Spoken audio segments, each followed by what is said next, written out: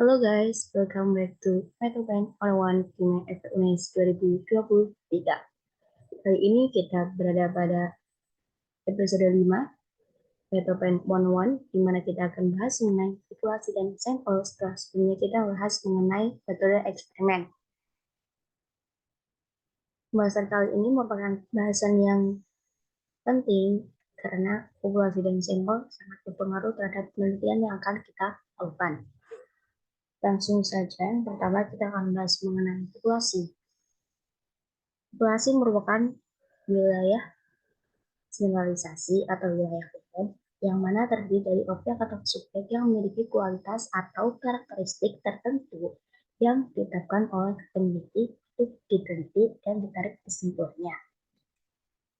Populasi ini pada dasarnya bukan hanya terdiri dari manusia atau orang saja, tetapi juga terdiri dari objek atau benda-benda alam lainnya yang berhubungan dengan penelitian yang akan dilakukan. Kemudian, populasi juga bukan hanya sekedar jumlah yang ada pada objek atau subjek yang dipelajari, tetapi juga meliputi seluruh karakteristik atau sifat yang dimiliki oleh subjek atau objek tersebut. Misalnya nih, kita akan melakukan penelitian di sekolah X. Maka sekolah X ini merupakan populasi. Nah, dalam sekolah X ini ada jumlah siswa dan guru yang mana jumlah siswa atau dan guru ini merupakan populasi dalam arti kuantitas. Kemudian di sekolah ini juga terdapat berbagai karakteristik yang dimiliki oleh orang-orangnya atau karakteristik yang dimiliki oleh objek yang lain seperti kebijakan, prosedur kerja, tata ruang kelas, lulusan dihasilkan, kemudian karakteristik orang-orang itu ada motivasi kerja, disiplin kerja, kepemimpinannya, iklim organisasinya, dan sebagainya. Nah, karakteristik ini merupakan populasi dalam arti karakteristik. Selain itu, satu orang saja juga sudah dapat disebut sebagai populasi, karena satu orang ini sudah memiliki berbagai karakteristik yang terdapat dalam dirinya, seperti disiplin pribadinya, hobinya, cara berbicaranya, cara bergaulnya, kepemimpinannya, dan lain sebagainya. Misalnya, kita akan melakukan penelitian tentang kepemimpinan Presiden Y. Maka, kepemimpinan ini merupakan salah satu sampel dari karakteristik yang dimiliki oleh presidennya, yang mana presiden ini merupakan populasi. Selanjutnya ada sampel. Sampel juga sangat penting di samping populasi karena sampel ini merupakan bagian dari jumlah atau karakteristik yang dimiliki oleh populasi tersebut. Kenapa kita perlu mengambil sampel dari suatu populasi? Karena ketika kita melakukan penelitian, kemudian populasi yang ada itu jumlahnya besar, peneliti tidak mungkin melakukan penelitian terhadap semua populasi tersebut karena akan memakan tenaga, waktu, dan dana yang cukup besar. Sedangkan kita atau peneliti memiliki keterbatasan dalam hal tersebut. Oleh karena itu, kita perlu mengambil sampel untuk mempersingkat atau mempermudah penelitian kita. Nah, karena tujuan sampel sendiri untuk mempermudah penelitian, maka sampel yang diambil ini harus bersifat representatif atau mewakili populasi yang diteliti. Jika sampel yang kita ambil itu tidak bersifat representatif, maka sampel tersebut itu sama seperti orang buta yang disuruh menyimpulkan seekor gajah. Misalnya ada 3 orang buta yang berbeda. Orang buta yang pertama disuruh menyimpulkan gajah dengan pemegang telinga gajah, maka ia dapat berkesimpulan bahwa gajah itu seperti kipas. Kemudian orang yang buta yang kedua menyimpulkan gajah dengan memegang badan gajah tersebut, maka dia dapat menyimpulkan kalau gajah itu bisa seperti tembok. Kemudian orang ketiga lain ini menyimpulkan gajah dengan memegang ekor gajah tersebut, maka dia dapat menunjukkan kalau gajah tersebut itu kecil seperti seutas tali. Dari kejadian tersebut dapat kita tarik bahwa ketika sampel tidak dapat merepresentasikan suatu populasi, maka seperti ketika orang buta tersebut yang hanya karena memegang salah satu bagian gajah dapat menyimpulkan kalau gajah tersebut sesuai dengan pendapatnya masing-masing. Padahal gajah itu satu, bentuknya sama, dan kesimpulan mereka kurang tepat atau salah. Oleh karena itu, sampel diambil harus bersifat representatif supaya ketika kita melakukan penelitian, penelitian yang kita lakukan dapat menimbulkan kesimpulan yang tepat atau tidak salah atau tidak simpang siur. Kemudian, untuk mendapatkan sampel yang tepat sendiri itu, ada beberapa teknik atau metode yang dapat digunakan, yang mana secara umum dikelompokkan menjadi dua bagian, yaitu probability sampling dan non-probability sampling. Probability sampling merupakan teknik pengambilan sampel yang mana memberikan peluang atau kesempatan yang sama bagi setiap atau semua unsur dalam populasi supaya dapat diambil atau dipilih menjadi anggota sampel. Probability sampling sendiri ini terdiri dari 4 metode atau teknik, yaitu simple random sampling, proportionate stratified random sampling, disproportionate stratified random sampling, dan cluster sampling. Pertama, simple random sampling. Sesuai namanya simple dan random, maka teknik ini mengambil anggota sampel dari populasi secara acak tanpa memperhatikan status atau strata populasi tersebut. Teknik ini dilakukan jika anggota populasi itu dianggap homogen. Jadi, semua unsur dalam populasi tersebut dianggap setara. Kemudian yang kedua ada proportionate stratified random sampling. Teknik ini digunakan jika populasi mempunyai unsur yang tidak homogen dan berstrata secara proporsional. Karena unsur dalam populasi tersebut tidak setara, maka akan dibentuk kelompok terlebih dahulu berdasarkan strata atau statusnya. Lalu kemudian diambil sampel dari masing-masing kelompok tersebut. Misalnya, suatu organisasi memiliki pegawai dari latar pendidikan yang berbeda-beda. Maka populasi pegawai tersebut berstrata. Misal jumlah pegawai yang lulus S1 ada 45 orang, S2 30 orang, SMK 80 orang, SMA 400 orang. Berdasarkan kelompok pegawai berdasarkan jenjang pendidikan tersebut akan ditarik sampelnya masing-masing. Misalnya S1 yang lulus 45 orang akan diambil 5 orang sebagai sampel. S2 juga seperti itu sampai yang SMA. Kemudian yang ketiga ada disproportionate stratified random sampling. Teknik ini digunakan untuk menentukan jumlah sampel ketika populasinya berstrata tetapi jumlahnya kurang proporsional. Misalnya, pegawai dari suatu kantor memiliki 3 orang lulusan S3, 4 orang lulusan S2, 14 orang lulusan S1, 800 orang lulusan SMA, dan 700 orang lulusan SMP. Di video tersebut dapat kita lihat bahwa jumlah populasinya kurang proporsional atau memiliki perbandingan yang jomplang. Karena jumlah yang kurang proporsional, maka seluruh anggota kelompok yang berdasarkan lulusan sarjana diambil semuanya sebagai sampel. Karena jumlah masing-masing kelompok yang lulusan sarjana itu terlalu kecil dibandingkan dengan kelompok SMA dan SMP. Kemudian yang keempat ada cluster sampling atau area sampling.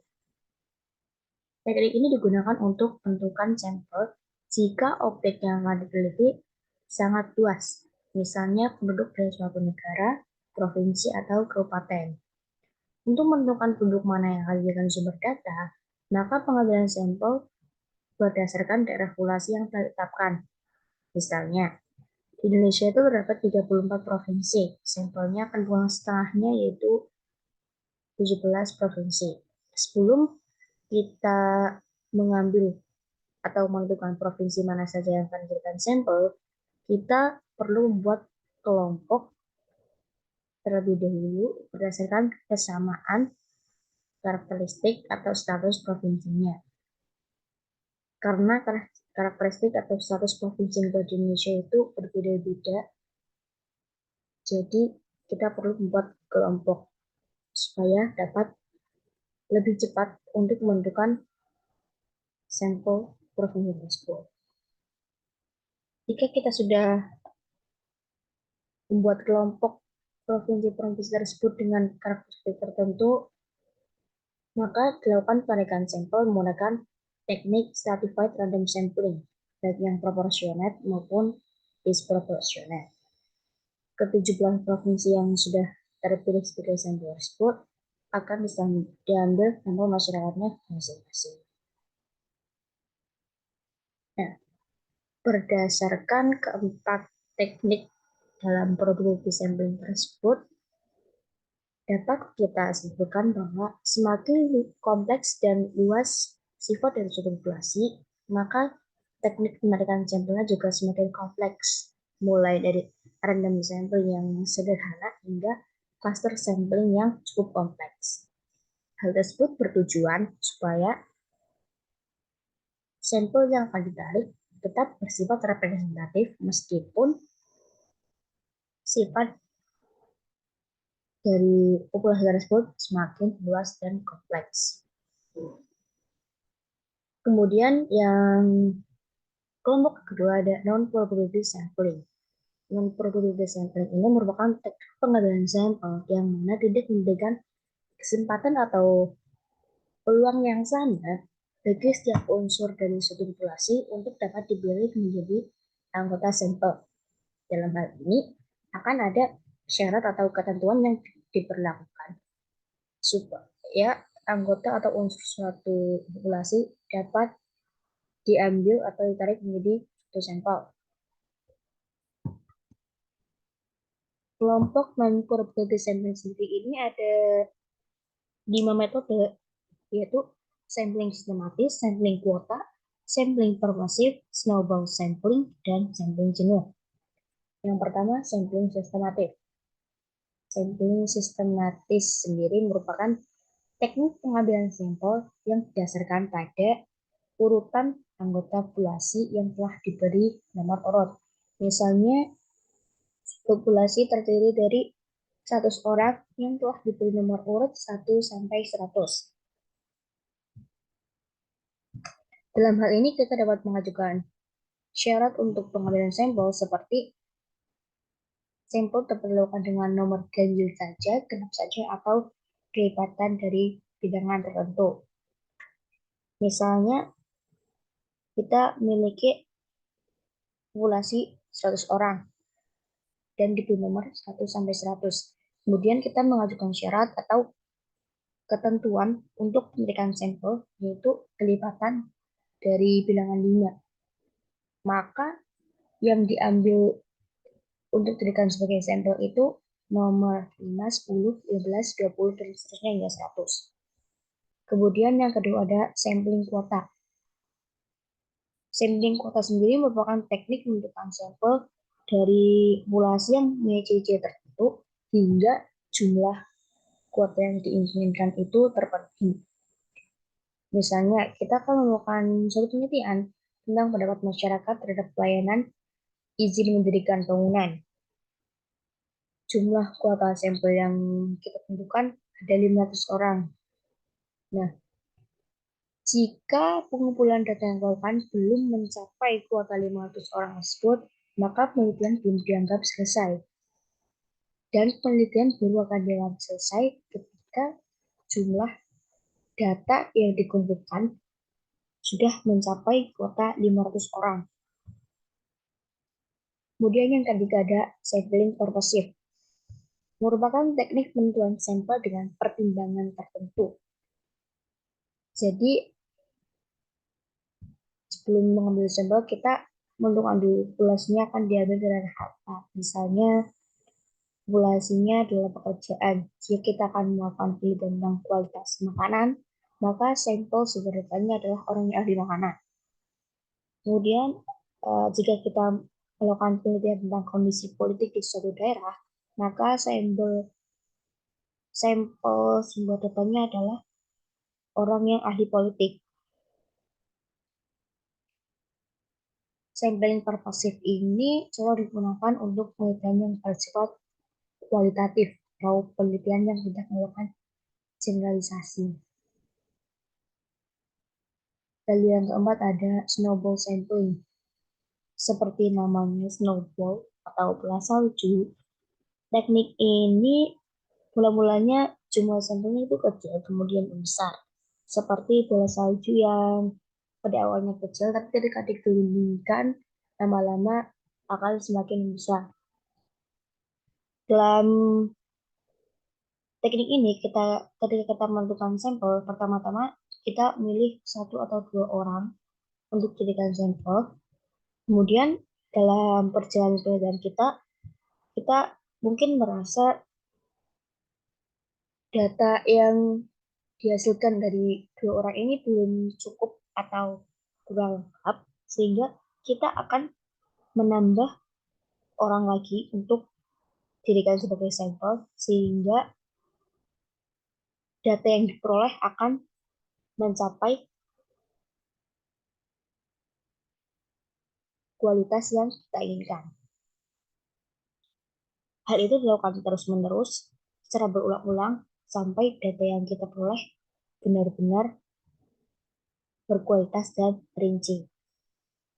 Teknik snowball sampling ini cocok digunakan untuk penelitian kualitatif karena semakin banyak sampel yang digunakan akan semakin rinci atau semakin baik kualitas dari data yang dihasilkan. Kemudian yang kelima ada sampling jenuh, merupakan teknik penentuan sampel jika semua anggota populasinya digunakan sebagai sampel. Nah, sampling jenuh ini cocok digunakan ketika populasinya itu jumlahnya kecil atau kurang dari 30 orang. Atau penelitian yang ingin membuat relasi dengan keserahan yang sangat kecil. Misal data sensus yang melibatkan semua anggota populasi sebagai sampelnya. Nah, kelompok non-probability sampling ini lebih banyak digunakan pada penelitian yang menghendaki jenis populasi dan sampel yang spesifik sekali, atau biasanya penelitian-penelitian kualitatif.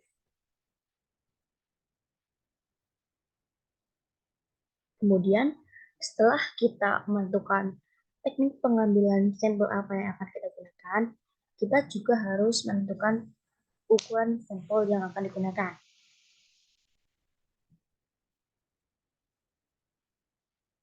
Jumlah anggota sampel sering menyatakan dengan ukuran sampel. Nah, jumlah anggota sampel yang ditentukan 100% mewakili populasi sama dengan jumlah anggota populasi itu sendiri.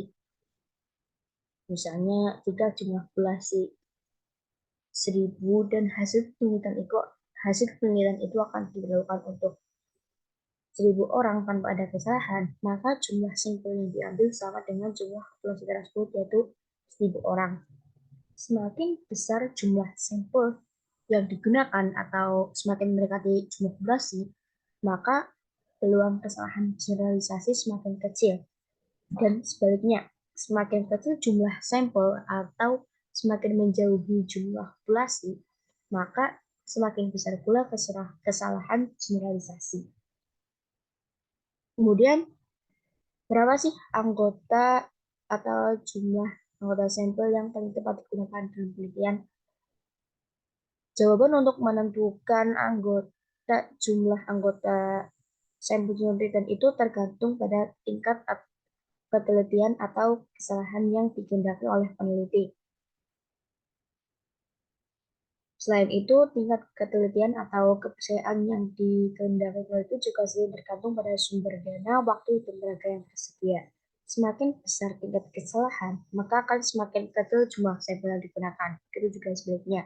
Semakin kecil tingkat kesalahan, maka jumlah sampel yang digunakan juga semakin besar. Kemudian, teknik menentukan ukuran sampel ini juga tergantung pada diketahui atau tidak diketahuinya populasi yang ingin diteliti. Ada dua kelompok. Yang pertama, jika jumlah populasinya diketahui secara pasti, kita dapat menggunakan tiga jenis formula, yaitu Isaac-Michael, Slovin, J. Morgan. Yang pertama, formula Isaac-Michael. Formula ini merupakan cara untuk menentukan jumlah sampel yang memenuhi syarat di mana pada taraf kesalahan atau significance level 1%, 2%, dan 10%, serta khusus digunakan pada sampel yang berdistribusi normal. Metode ini dilakukan dengan mencocokkan jumlah populasi dengan significance level yang dikehendaki.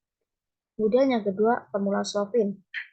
Formula ini digunakan untuk menentukan ukuran sampel dengan tingkat signifikansi 5% atau 1%. Kemudian yang ketiga ada formula dijamurkan. Formula ini digunakan untuk penelitian yang bertujuan menduga proporsi suatu populasi. Metode ini terdiri dari dua kolom penting, yaitu kolom ukuran populasi yang dilambangkan dengan huruf N besar dan kolom ukuran sampel yang dilambangkan dengan huruf N kecil. Kemudian kelompok yang kedua ada formula Lenshaw, yang mana formula ini digunakan jika jumlah populasi tidak diketahui secara pasti. Dalam formula ini, besaran jumlah sampel ditentukan oleh nilai maksimal estimasi yang digunakan dan tingkat kesalahan. Untuk rumus lebih lanjut atau pengertian lebih lanjut mengenai formula-formula tersebut, dapat teman-teman cari informasinya di internet atau YouTube, yang mana sudah banyak berisi video-video tutorial mengenai formula-formula tersebut, sehingga teman-teman dapat lebih memahaminya dengan belajar langsung di tutorial tersebut.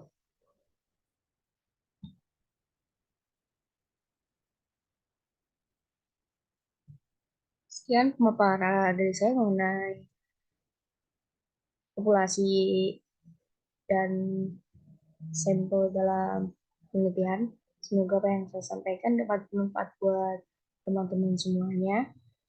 Dan saya juga minta maaf, mungkin selama saya menyampaikan banyak terdapat kata-kata atau penyampaian yang kurang tepat dan salah. Saya mohon maaf dan terima kasih.